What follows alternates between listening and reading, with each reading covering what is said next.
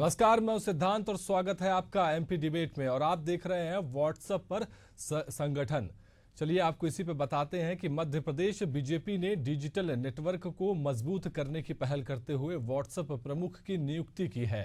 भोपाल में पहला व्हाट्सएप प्रमुख नियुक्त कर 20 नवंबर तक सभी 65,015 बूथों पर एक व्यापक डिजिटल नेटवर्क स्थापित करने का लक्ष्य रखा गया है। पार्टी ने यह जिम्मेदारी एमएससी से स्नातक रामकुमार चौरसिया को सौंपी है। रामकुमार का कार्य व्हाट्सएप के माध्यम से जनता से जुड़ना और सरकारी योजनाओं की जानकारी लोगों तक पहुंचाना होगा। बीजेपी की इस पहल पर कांग्रेस सवाल खड़े कर रही है। दरअसल सोशल मीडिया ने लोगों की जिंदगी पर खासा असर डाला है। चुनावों में भी वोटर्स को लुभाने के लिए हर पार्टी सोशल मीडिया पर जमकर इस्तेमाल कर रही है। बीजेपी नेताओं का मानना है कि यह नवाचार आने वाले चुनावों से पहले पार्टी को जमीनी स्तर पर मजबूत करने में बेहद मदद करेगा। वहीं व्हाट्सएप प्रमुख की नियुक्ति नई बूथ समिति संरचना का हिस्सा है। इन समितियों में 12 सदस्य होंगे, जिनमें बूथ अध्यक्ष, मन की बात प्रमुख और लाभार्थी प्रमुख जैसे पद शामिल हैं।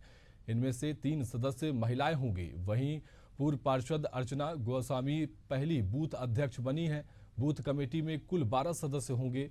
बूथ अध्यक्ष के अलावा 5 सदस्यों को सोशल मीडिया और तकनीकी में दक्ष होना आवश्यक रखा गया है। इस पर कांग्रेस का कहना है कि बीजेपी ने जब से कांग्रेस नेताओं को तोड़कर पार्टी में मिलाया है, इसको लेकर बीजेपी कार्यकर्ताओं में नाराजगी है। इसलिए उनको सोशल मीडिया और व्हाट्सएप का सहारा लेना पड़ रहा है। व्हाट्सएप पर संगठन पर चर्चा शुरू करने से पहले सुनते हैं नेतागण क्या कुछ कह रहे हैं।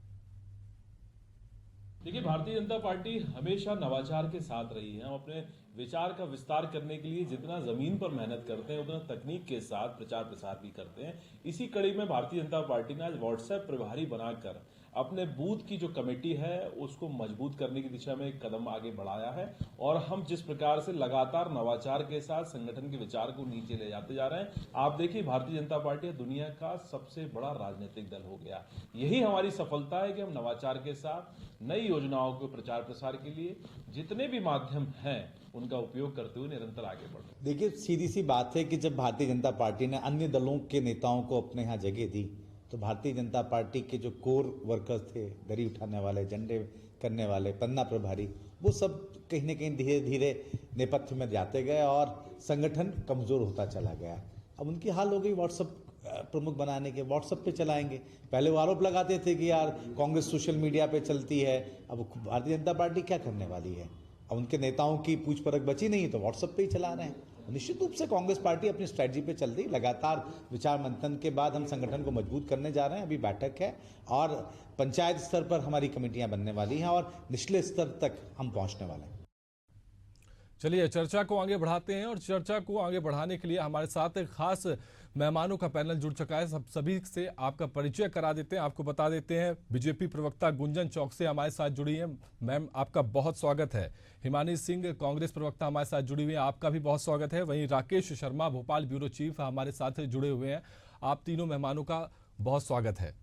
बीजेपी से हमारा पहला सवाल होगा, मैम आपसे मैं ये जानना चाहूंगा गुंजन जी कि बीजेपी विश्व की सबसे बड़ी पार्टी अपने आप को मानती है और इतनी बड़ी पार्टी होने के बावजूद अब उसको व्हाट्सएप का सहारा लेना पड़ रहा है। आखिर क्या मजबूरी है? कांग्रेस के लिए भी कुछ छोड़ देते। देखिए, आपने जो सवाल किया कि सबसे बड़ी पार्टी है, तो भारत की सबसे बड़ी पार्टी होने का जो दर्जा भारतीय जनता पार्टी को मिला है वो इसीलिए मिला है गुंजन जी, विश्व का सबसे बड़ी पार्टी। देखिए, एक मूल मंत्र मैं पहले भाजपा का बात करना चाहती हूँ। सबका साथ, सबका विकास, सबका प्रयास और सबका विश्वास। तो ये जो सबकी जो एक भावना है भारतीय जनता पार्टी के कार्यकर्ताओं को साथ रखने की, नवाचार करने की, हर दिशा में विकास करने की और हर तरीके के प्रयास करने की, यही इसे सबसे संगठित पार्टी बनाता है। और यही वजह है, आज अगर मैं मध्य प्रदेश की बात करूं तो मध्य प्रदेश में जिस तरह पिछले 20 वर्षों से भारतीय जनता पार्टी ने यहाँ की जनता के बीच प्यार और समर्थन मिला है, जिस तरह अगर इसी हाल ही विधानसभा चुनाव में मैं आपको याद दिलाऊं, कांग्रेस को जो करारी हार देखने को मिली, लोकसभा में जो शून्य पर कांग्रेस को बाहर किया है, अगर 29 की 29 सीट पे कमल खिलाए, तो जनता का प्यार और विश्वास यूं ही नहीं बनता। हर तरीके के नवाचार करने होते हैं, जनता के हित से जुड़े हो, जन कल्याण से जो जुड़े हो।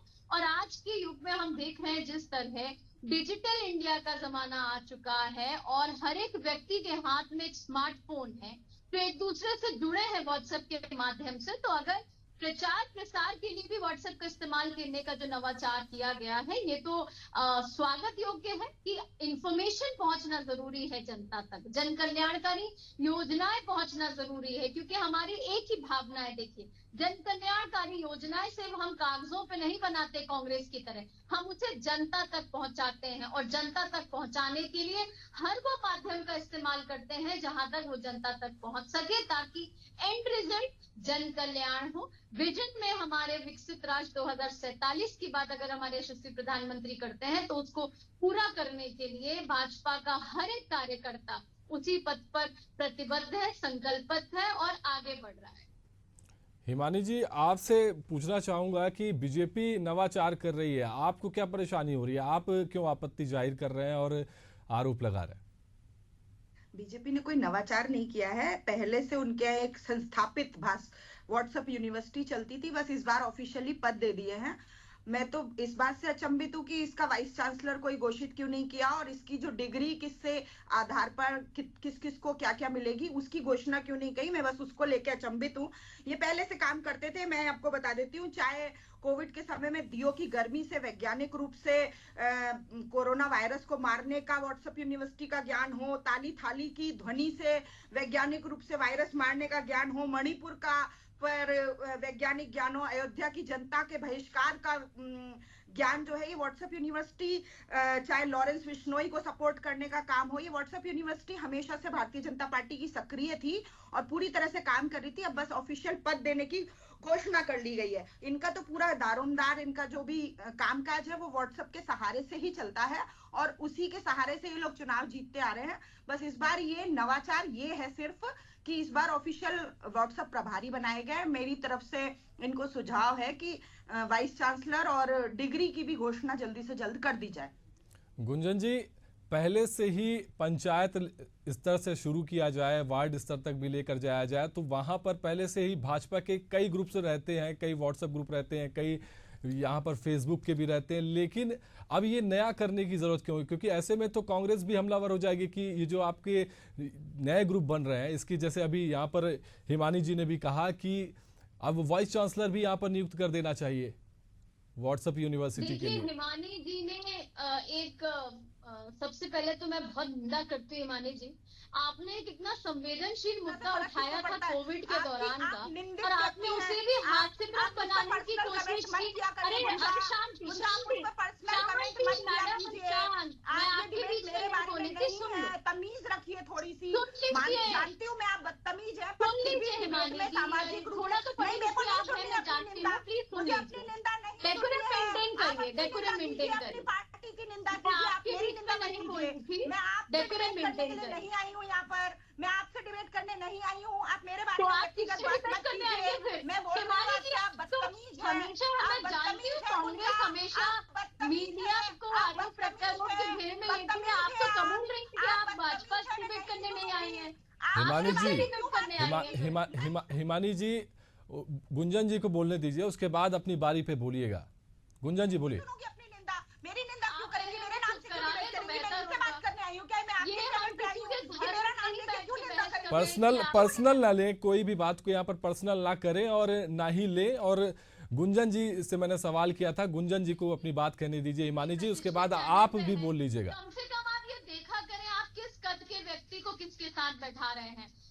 मुझे माफी चाहूंगी मुझे बोलते हुए, लेकिन जिस तरीके की हिमानी जी की भाषा शैली है, जिस तरीके की ये इतना उत्तेजित हो रही है, अभी कोई चुनाव के रिजल्ट इतने पास नहीं है हिमानी जी, अभी हार की बौखलाहट आपकी अभी दर्शा रहे हैं आप चैनल पे बैठ के। तो थोड़ा शांत बनाए, बीपी ना बढ़ाए अपना, मुद्दे पर आए हिमानी जी, मुद्दे पे आए। मैं जानती हूँ मुद्दा बहुत कमजोर है कांग्रेस को लेकर, लेकिन मुद्दे की बात पर आए। मुझ पे मत आइए, मुद्दे पे आइए। हाँ, तो इसीलिए मैं कह रही हूँ बीच में इंटरफेयर ना करें, थोड़ा डेकोरम मेंटेन करें। वैसे उम्मीद नहीं है मुझे कांग्रेस से, फिर भी थोड़ा मेंटेन करें। देखिए मुझे गंदा लगता है। हिमानी जी मुद्दे पे आते हैं, मुद्दे पे बात करते हैं। गुंजन जी मुद्दे पर बात करते हैं। गुंजन जी, आप दोनों से मेरा अनुरोध है कि आप दोनों मुद्दे पर बात करिए। मुद्दे पे बात करते हैं, अहम मुद्दा है, दोनों के लिए लाभदायक हो सकता है। बेटे पे जी बात करिए। इतनी निंदनीय तरीके से जो टिप्पणी की है, कोविड जैसे जघन्य, जब उस समय पूरा विश्व उस बीमारी से ग्रसित था, परेशान था, ये ताली और थाली ने वहां जनता का मनोबल बढ़ाया था। आपने आज उसको भी राजनीतिक चूल्हा समझकर उसकी रोटियां सेकना शुरू कर दी। आपके भी घर में शायद इस थाली और थाली से मनोबल बढ़ा रहा होगा, लेकिन आप इस पे भी अपनी राजनीति करने से नहीं चूकी है। ये बहुत निंदा का विषय है। अब हम आते हैं विषय पर, क्योंकि भारतीय जनता पार्टी विषय पे बात करने में यकीन रखता है। इस तरीके के अनर्गल, जिसे कहते हैं ना, बहुत ही तथ्यहीन और सत्यहीन बात करने में यकीन नहीं रखता कांग्रेस की तरह। देखिए, व्हाट्सएप का जो आपने एक मुद्दा उठाया है, मैं अब आपके सवाल का जवाब दूंगी। ये संगठित क्यों है ये पार्टी? आज आपने पूछा मुझे कि बूथ लेवल पे भी करना हो रहा है। इसका एक प्रॉपर रूप प्रारूप दिया गया है जनता की सुविधा के लिए, और जन कल्याण योजना, जिस तरह मैंने कहा, हम अवेयरनेस में यकीन रखते हैं, हम कागजों में बनाने में यकीन नहीं रखते, हम जनता तक पहुंचाने में यकीन रखते हैं। अगर जनता तक पहुंचा है, ये भारतीय जनता पार्टी है, ये अंत्योदय में यकीन रखती है, पंक्ति में खड़े हुए अंतिम व्यक्ति का भी भला हो। और अगर पंक्ति में खड़े हुए अंतिम व्यक्ति तक भी अगर कोई योजना पहुंच रही है, तो कांग्रेस को तकलीफ क्या है? क्या इनकी हास्यप्रद बातें थी कि वाइस चांसलर बना लीजिए, यूनिवर्सिटी खोल लीजिए, आपकी तो व्हाट्सएप यूनिवर्सिटी चल रही है। अरे किसी मुद्दे पर तभी तो आप हास्यप्रद बात करना बंद करें हिमानी जी। आप एक प्रवक्ता है, महिला है, कम से कम महिलाओं को तो शर्मसार ना करें, तभी थोड़ी समझदारी वाली बातें किया करें। आज किस तरह है, इसका उद्देश्य क्या है? भारतीय जनता पार्टी का एक ही उद्देश्य है कि योजनाएं जिस भी तरीके से पहुंचे, लेकिन जनता तक पहुंचे, हर एक व्यक्ति तक पहुंचे, ताकि वो उस योजना का भला हो सके, उस योजना का उसको लाभ मिल सके। ये जन कल्याण के लिए पार्टी बनी है, अपनी अपनी कुर्सी और सत्ता को संभालने के लिए कांग्रेस की तरह पार्टी नहीं बनी है। ये विकासवाद की पार्टी है, कांग्रेस की तरह परिवारवाद की पार्टी नहीं है। भारतीय जनता पार्टी देश बचाने के लिए है, कांग्रेस की तरह बेटे बचाने में नहीं लगी है। और यही मुद्दा है, नवाचार हो रहा है, हर एक फील्ड में नवाचार हो रहा है, हर एक व्यक्ति के कल्याण की बात होती है। यहाँ पे महिलाओं को सशक्त करना, युवाओं को कल्याण करना, गरीबों का कल्याण करना, और गरीबों, किसानों, इन चारों जो जातियों की हमारे यशस्वी प्रधानमंत्री बात करते हैं, इन सब के कल्याण के लिए अगर कोई योजनाएं बन रही हैं, तो ये जनता के हित की है।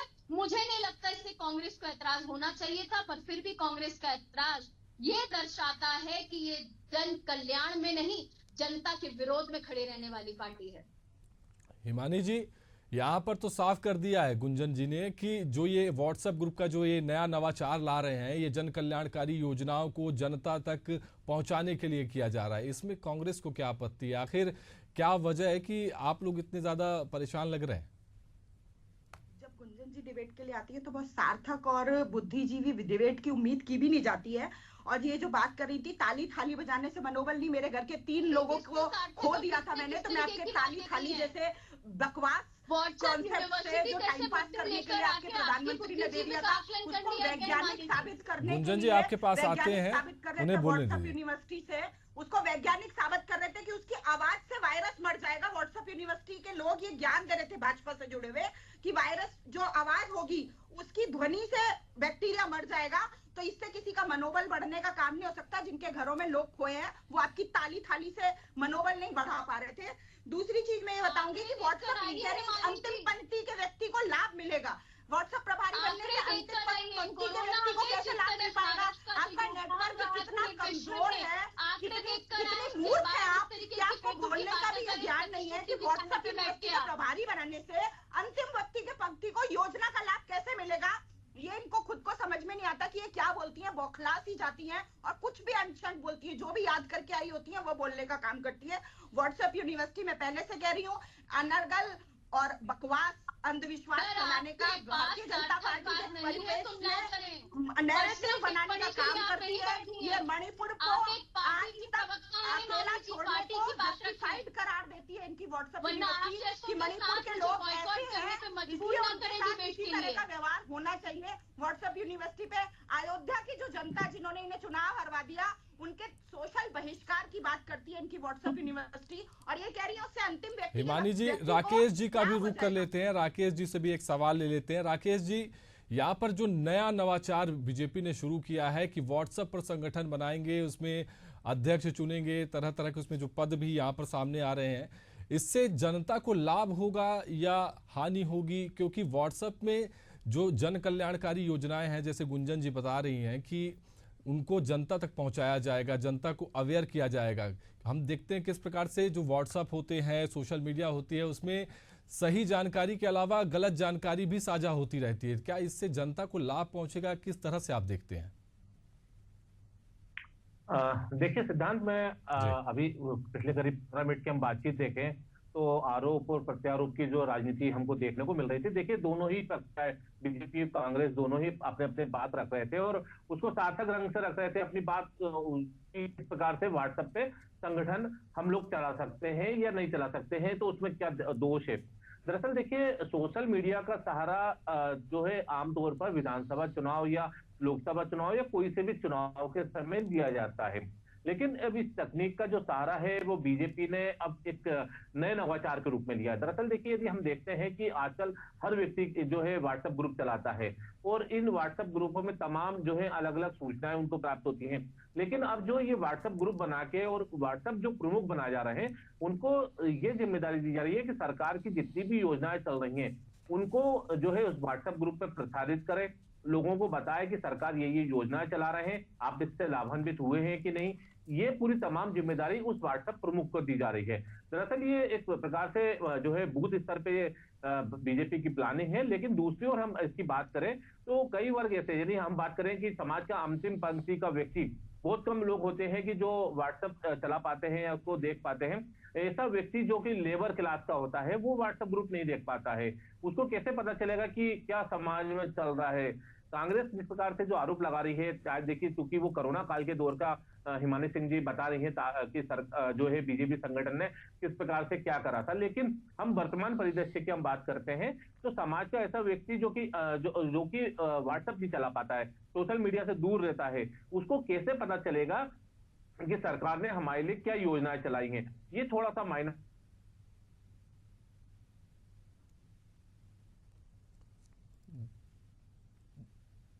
जी, राकेश जी से हमारा कनेक्शन जो है नहीं हो पा रहा है, दोबारा उनसे सवाल पूछेंगे, दोबारा उनके पास जाएंगे। गुंजन जी, आपसे सवाल है कि यहाँ पर कांग्रेस कह रही है कि कांग्रेस नेताओं को तोड़कर आपने भाजपा में शामिल कर लिया है और इसी वजह से जो भाजपा के कार्यकर्ता हैं वो भाजपा से नाराज चल रहे हैं और उनको मैनेज करने के लिए ये व्हाट्सएप पर संगठन का जो नया नवाचार भाजपा शुरू कर रही है, इसी की मेन वजह बताई जा रही है, बड़ी वजह बताई जा रही है। इसको आप किस तरह से देखती हैं, कांग्रेस के इस हमले पर? देखिए, ये आरोप ये उतने ही निराधार हैं जितने कि कांग्रेस पार्टी निराधार है। रही बात तोड़ के जोड़ने की, तो पहले तो कांग्रेस के नेता बताएं कि कांग्रेस पार्टी में ऐसा क्या हुआ था कि हर एक नेता को पार्टी छोड़ने की ज्यादा जिद पे आ चुके थे। कांग्रेस एक ऐसी पार्टी रही है जहां पे कभी भी कार्यकर्ताओं का सम्मान नहीं हुआ है। ये हमने विधानसभा चुनाव में भी देखने को मिला था, जिस तरह कुर्सी मार राजनीति चली थी, जूता मार राजनीति चली थी, कुर्ता फाड़ राजनीति चली थी। कांग्रेस के अपने कार्यकर्ताओं में ये दर्शाता है कि किस तरह कांग्रेस पार्टी के, अरे हिमानी जी पूरा तो बोलने दीजिए, अरे पूरा सीखो, पहले घर जाके डिबेट कैसे करते हैं, शांत से सीखो, पहले बोलने दीजिए, आपकी हिमानी जी, उन्हें उनकी बात पूरी करने दीजिए, उसके बाद आपके पास भी आऊंगा, आप अपनी बारी पे अपनी बात कहिएगा। हिमानी जी, हिमानी जी, इसीलिए तो कह रहा हूँ कि बात करने देते हैं, बात होती है, पता चलता है क्या होगा। हिमानी जी, उन्हें बोलने दीजिए। ऐसे में आवाज जो है नहीं समझ में आ रही है, किसी की भी आवाज समझ में नहीं आ रही है। हिमानी जी, गुंजन जी बोल लें, उसके बाद आपके पास आऊंगा, आप अपनी बात कहिएगा, जो भी आपकी बात होगी। गुंजन जी, आप बोलिए। देखिए, आप पहले समझाते वरना फिर टोकेंगी। इन्हें मालूम है, मुद्दे पे बोलिए, मुद्दे पे बोलिए गुंजन जी, मुद्दे पे बोलिए, ताकि तथ्य की बात ही ना जा पाए। देखिए, आता ही नहीं है, वो बीच में टोकती रहेंगी, वो आप इन्हीं के साथ डिबेट कर लीजिए। सिद्धांत जी ज्यादा बेहतर होगा। गुंजन जी, आपको वक्त दे रहा हूँ, आप बोलिए। देखिए सिद्धांत जी, जो आपका सवाल है कि ये टूटना, बिखरना, विफरना और टोटल फेलियर, ये कांग्रेस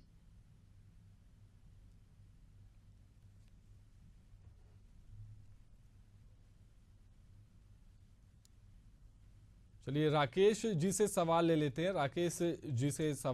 राकेश जी, ये भाजपा के लिए वरदान साबित हो। चलिए गुंजन जी से भी सवाल लेना था, लेकिन वो उनसे भी कनेक्शन रणनीति नहीं चलती जी। गुंजन जी सबको एक दायित्व दिया जाता है जी, और उस दायित्व के हिसाब से वो अपना काम करता है, अपनी जिम्मेदारी निभाता है पूरी निष्पक्षता के साथ, पूरी ट्रांसपेरेंसी के साथ, सच्चाई के साथ जन कल्याण के काम करता है और वही कार्यकर्ता कर रहा है। यहाँ कोई कुर्सी के लोभ में भारतीय जनता पार्टी में उसकी जगह नहीं है। कुर्सी और सत्ता का लालच अगर कहीं है तो वो कांग्रेस में है, परिवारवाद कहीं है तो वो कांग्रेस में है।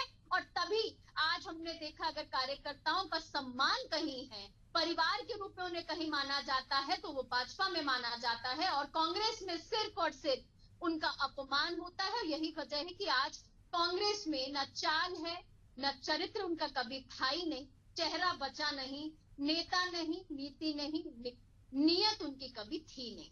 अब आप बोल लीजिए हिमानी जी इतना मुस्कुरा रही हैं, इतने ये जो आपका कंडक्ट है पूरे डिबेट का किसी बच्चे से कम नहीं है, तो अब आपको जितना बचकानी हरकत करनी आप कर लीजिए।